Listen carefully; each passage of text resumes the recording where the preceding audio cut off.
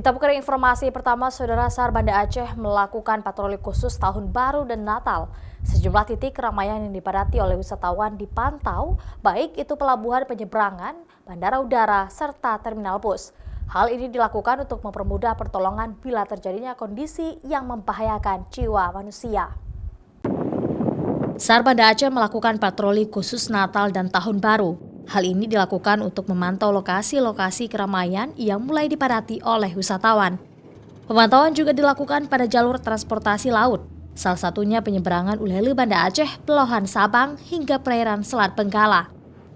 Patroli dengan menggunakan kapal KN Kresna ini juga melibatkan potensi SAR lainnya, seperti Departemen Perhubungan, TNI AL, Polairut, Polda Aceh, dan lainnya. Untuk SAR Banda Aceh sendiri, kita sudah setting setiap hari ada di samping siaga yang rutin juga terdapat dengan siaga Nataru.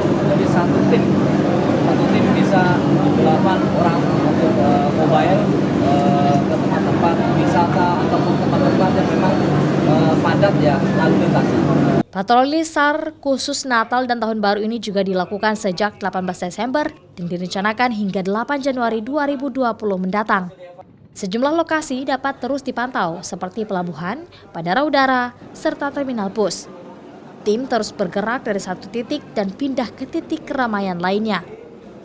121 operasi pada 2019 telah dilakukan SAR Banda Aceh, baik itu kecelakaan, pelayaran, bencana alam, dan kondisi yang membahayakan jiwa manusia.